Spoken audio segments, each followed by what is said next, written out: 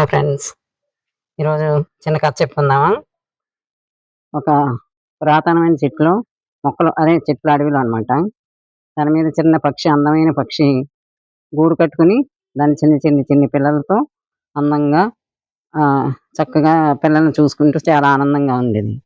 ఉంటే ఎప్పుడు కూడా అది దాని గూడు అందంగా ఉంచుకుని పిల్లల కోసం మెత్తగా ఉండటానికి ఆహ్, ప చిన్ని పిట్ట రెక్కలు అది, అది దూది ఇలాంటియన్నీ తెచ్చి చక్కగా ఒత్తులుగా పెట్టుకుని, రాత్రిపూట వెలుతురు కోసం మినుగురు పురుగులు తెచ్చి, ఆ పిల్లలు చీకట్లో ఉండకుండా ఓ పక్కన ఉంచి, అలా వెలుగుతూ ఆ గూడు ఎంతో అందంగా, అలా ఆనందంగా బతికి పిల్లలు కిచకిచలాడతా దాని కథలు అన్నీ చెప్పుకుంటూ చాలా ఆనందంగా ఉండేదండి. అలా చాలా కాలం ఉన్న తర్వాత ఒకసారి తుఫానొచ్చింది.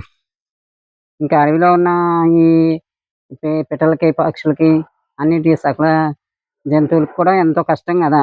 అప్పుడు ఏమైంది, ఒక కోతుల గుంపొచ్చింది. అదే చెట్టు మీదకి తలదాచుకోవటానికి. వర్షానికి, తుఫానుకిను.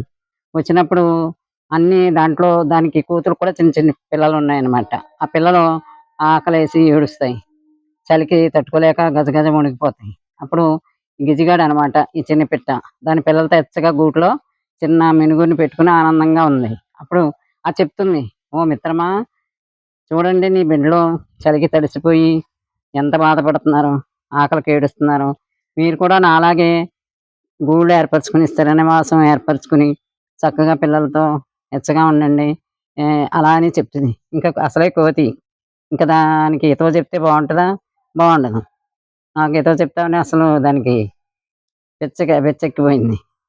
పిచ్చెక్కిపోయి ఏం చేస్తది? దాని గూడు పీకేస్తది. హ్మ్. పిల్లల్ని పీకేస్తది. రెక్కలు పీకేస్తది. గూడిని చెల్లాచెదురు చేసేసి కింద తుఫాను నీటిలో పడవేసింది. ఎలా ఉంది మరి అప్పుడు మనం నీచుల జోలికి, ఇలాంటి చపల మనస్తత్వం ఉన్న వాళ్ళ జోలికి వెళ్ళకూడదు.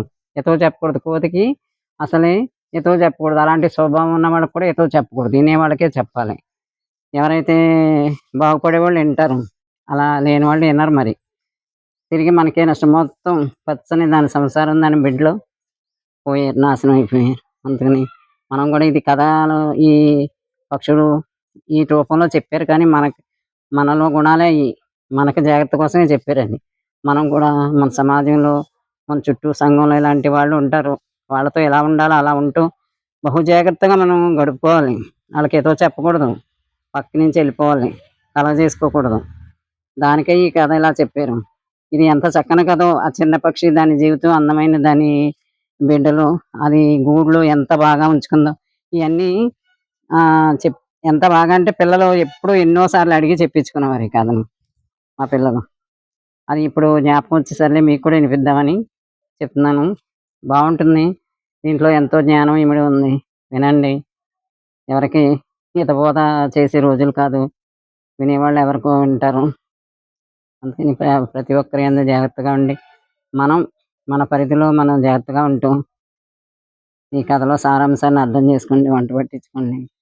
చక్కని కథ. విన్నారా మరి? వినండి. ఎంతో మంచి కథలు వినండి. జ్ఞానం ఉంది ఇందులో. వినటానికి క్యూరియాసిటీగా మంచి ఇదిగా కూడా ఉంది. ఒక పెట్టేంటి, దాని గూడేంటి, దాన్ని ఎంత కల్పనగా చెప్పారు. దాంట్లో మినుగురిని పెట్టుకుని వెలుతురు కోసం పిల్లలకి చిట్టి కథలు చెప్పుకుంటూ ఇయన్నీ పిల్లలు ఎంత బాగా వింటారంటే మనం చెప్పాలే కానీ వింటారు. వినరని మనం అనకూడదు. ఈ ఈ ఫోన్‌లకి అతుక్కుపోయి టీవీల దగ్గర అలా అలవాటు పడిపోయి కథలు కూడా వినట్లేదు. మీరందరూ ప్రయత్నించి చూడండి. ఇప్పుడు 13 సంవత్సరాల వయసు పిల్లలు, లోపు పిల్లలకి సెల్ ఇవ్వకూడదు అంటున్నారు కదా! మరి ఆళ్ళకి ఎంటర్‌టైన్‌మెంట్ ఏంటి? ఈ కథలు చెప్పండి. చక్కగా మీ దగ్గర కూర్చొని అందంగా తర్వాత నెక్స్ట్ ఏంటి అని ఆళ్ళ సస్పెన్స్‌తో చెప్పాలి ఈ కథను చెప్పినప్పుడు. ఇంకా ఎంత బాగా వింటారంటే మళ్ళా అడుగుతారనమాట. మళ్ళీ ఇంకెలాంటివి చెప్పమంటారు.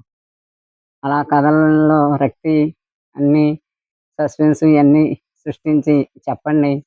అనేక కథలున్నాయి. మీరు చదివి మరీ చెప్పండి పిల్లలకి. ఎంతో మంచి ఆ జ్ఞానం వాళ్ళ పిల్లల బాల్యంలో మెదడులో అది స్థిరమైపోయిందంటే అది ఎంతో చక్కగా అది ముందు జీవితంలో వాళ్ళు ఉపయోగించుకుంటారు ఆ జ్ఞానాన్ని. కనుక కథలు వినండి. పిల్లలకి చెప్పండి.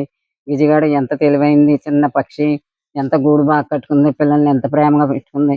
ఆళ్ళు చలిలో చూసి, ఆళ్ళు మునిగిపోవడం, ఆళ్ళ బిడ్డలు బాధపడటం చూసి చిన్న మాట చెప్పింది హితవు.